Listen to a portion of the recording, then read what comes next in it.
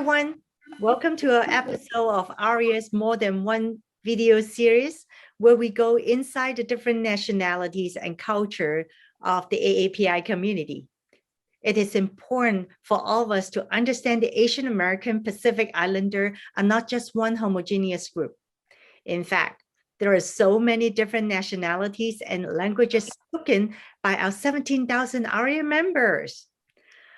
Today, I'm thrilled to welcome my really good friend, Mony, who will share the horrifying story of his family's arrival to the United States from Cambodia.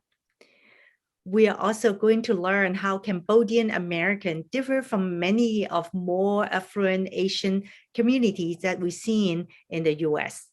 So Mony, welcome and thank you for taking time out of your busy day to teach us some things we might not know about the Cambodian community. Thank you so much for the opportunity, and thank you for allowing me to share a little bit about myself and about our Cambodian plight to get here in America, and how we have contributed, how we have struggled, how we have been a part of this community as well. So thank you so much. Of course. You speak frequently about how your country is one of the poorest Asian countries. What was it like to grow up in the killing fields before you left at 6 years old? Gosh, Amy, that was a tough one.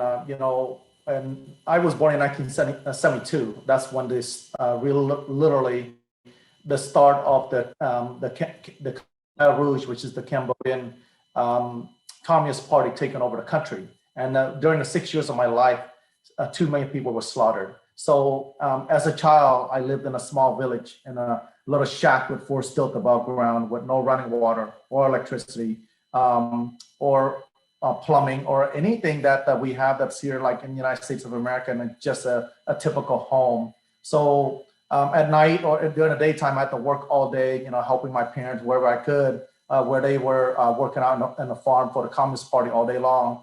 And we had to struggle for food every day. I mean, literally, I was skin and bones, and I had to eat every bugs and animals in order to survive. So when it comes to mice and rats and cats and dogs and iguanas and snakes and horses and roots, I've done it all. I had to eat what I had to eat in order to survive. And even though they were not tasty, but I had to do what I had to do. That's how I had to live.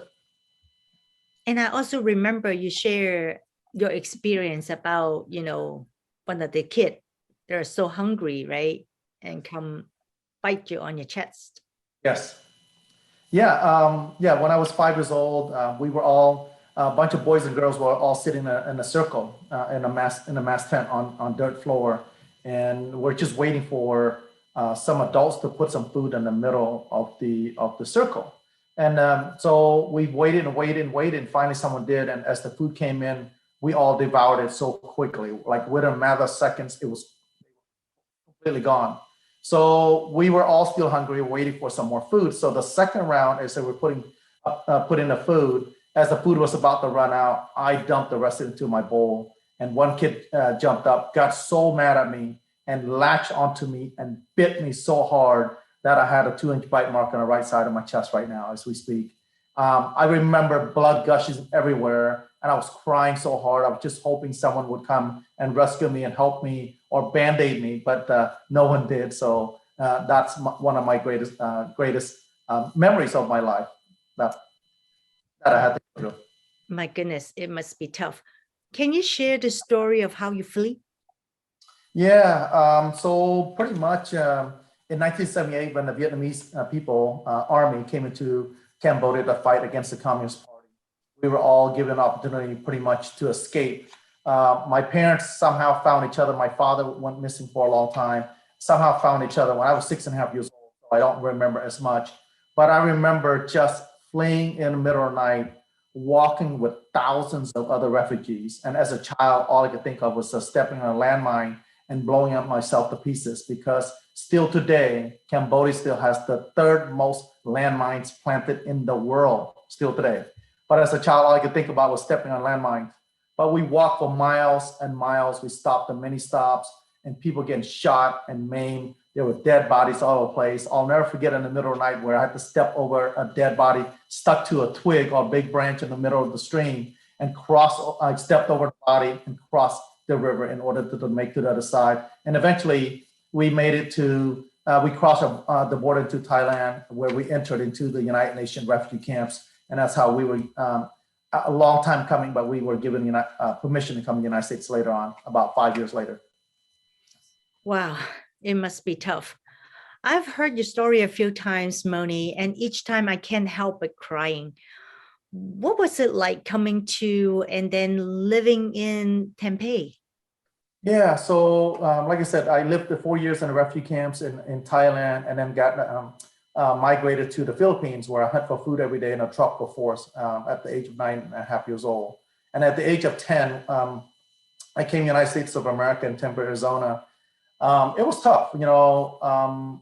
The first week we lived with our sponsor, and then we finally got our own apartment complex the week after. That's when one of the neighbors had a pink bicycle with one pedal, where I learned how to ride that bicycle, a girl's bicycle. From there, I learned how to ride a bigger bicycle the week after. And then I took my sister with me, and we would get up at 6 o'clock in the morning. We would go to a nearby huge apartment complex. Mm-hmm. We would dumpster diving for aluminum cans. So my sister and I would jump into these big dumpsters, grab the cans and plates, and sometimes we find canned foods as well. We would bring those back. And then once we bring the cans back to the house, I would make my brother and sister line them up in the backyard where there's a lot of clay. So I would ask them to pick a scoop of clay and put that into the can. And then I would spray water in it and crush it. So this way the clay will stick to the can. The cans will be a lot heavier when we turn them in for money. That's what we have to do. But that's how we started in America. You're quite smart. So how did you and your family ultimately ended up in Stockton, California? Yeah, so thank you, Amy. A year later, my father, it was hard living in Arizona because my parents didn't speak the language, so they barely make any money at all having to work. So we ended up coming to Stockton because of the welfare system and because of the farmland. And a lot of Cambodian people live in Stockton, believe it or not. I think there's about 50 to 60,000 Cambodian people still here today. So it's a huge Cambodian population. So when we heard about it, and we have a lot of friends that we know here, because it's Cambodia is such a small community, we ended up coming here, and it gave us an opportunity to basically learn the language and assimilate into to the new culture.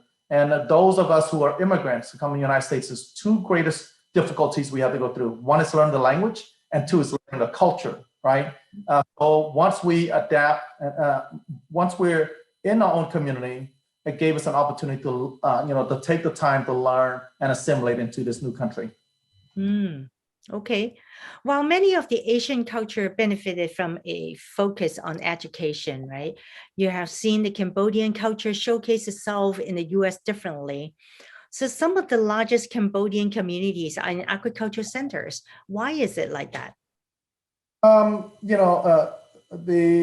Because that's all we knew. You know, you look back in our country, and Cambodia, for example, over 80% of the people in Cambodia are Buddhists, first of all, and they live outside in the village. So in the village, all you do is agricultural, farmlands and picking rice fields, basically. And as a child, even at 5, 6, 7 years old, I remember working in the rice fields myself as a child. So that's all we knew. So it's what we got used to. And then also, for example, Stockton, California, has the temperament or the temperature of somewhat like Cambodia. The only difference is that dry heat versus sweating heat, I guess. But the temperature is very much alike, but there's a lot of farmland. That's what we're used to. That's what we know. That's what we can do. And by the way, on average, rice field workers work 3,000 hours. So we're so used to work in that environment. So it's natural for us to go to a place where there's a lot of agricultural land already. Ah, I see. So do Cambodian Americans rent or buy? First of all, real quick, I forgot to mention that as a Cambodian child, in the fields, as a child laborer out in the fields with the Mexican, Hispanic, worked all the way to Oregon. My dad just reminded me yesterday that when he was here, that I worked all the way to Oregon, Salem, Oregon, as a child, and slept in the homes as provided in the fields while I was in Salem, Oregon as a child. But going back to your question, when we work, we make so little. For example, when I was a child, and my dad and I were probably making $20 to $40 a day, working literally almost killing ourselves. So with that little money, most of us couldn't afford to buy a house. It was so expensive. It's so out of reach. So most of us end up renting. And then not only renting, growing up, we used to rent and have another 1 or 2 families living with us just to save money. So it's typical for us to rent and also rent with another family. So that's why when I bought my first home, I wouldn't allow anybody to use my bathroom for about 8 months. Really? I didn't want to share my bathroom any longer. I see, I see. So Mony, you're known throughout ARIA and our industry that you're a true gentleman. You have come a long way and have found success. So yet you are very humble. Can you share with us why? You know, I don't have a choice, but I have to be humble because when you look at my life, you know, I speak about, you know, I often become an inspirational speaker for many SOs, for many organizations. In fact, I'm doing one tomorrow as well. You know, my mother has less than 6 months of education in her entire life. My father is a gambling alcoholic growing up. He was absent throughout my life. I had to forge my dad's signature at the age of at 3rd grade, all the way through high school. So I signed my own paperwork. I grew up in the ghetto of Stockton. I didn't speak a word of English when I arrived here in the United States of America. And drugs and violence was a way of life in my neighborhood. You know, most of my friends end up going to prison or in jail. So having had the opportunity to go to school and become better, and then, you know, took 11 years, but I became a police officer. And even right before I became a police officer, I got accused of a drive-by shooting suspect thing. I had to prove my own innocence, my name, in order to become a police officer. So when you look at my life, I had less than 1% or 0.001% chance of being successful. But yet I'm here today because of hard work, because of education, because of some part of it, because of God's grace, right? So when you look at that, you can't help but be humble. You know, you can't help but give back to the community. You can't help but help others. You can't help because I couldn't have made it this far without the help of many, including my own community and the community around me, including many, you know, white families that taken us in as a child, as a family. So we just appreciate people for who they are, and what can we do? I always look at what can I do to contribute to make this world a better place than the way I found it. So that's why. Mony, you always amaze me. You're, well, are you ready for some lightning round question? Yes, we can do that. Yes. Okay, so the number 1 is, what is your favorite food from back home? It's my favorite fruit is mangosteen. It is like it's a purple in color, and once you open it up, it has cloves, white cloves, look like garlic, but it's sour in taste, and it's one of the best fruits available. And it's $15 a pound right now, by the way. Oh, wow, that's expensive. Yes. What is your favorite American food? I would have to say steak. Anywhere, any steak, steakhouse. You know, love them all. All right. So what is your favorite American saying? My favorite quote of all time is what I have on my wall right now. And it's a mural that I have surrounding my home, all 3 sides of my home.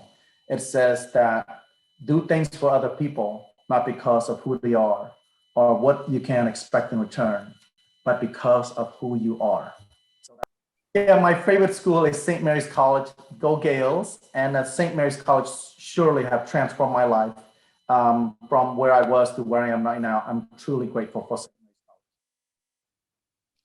College. Okay, so can you teach me how to say we are family in Khmer?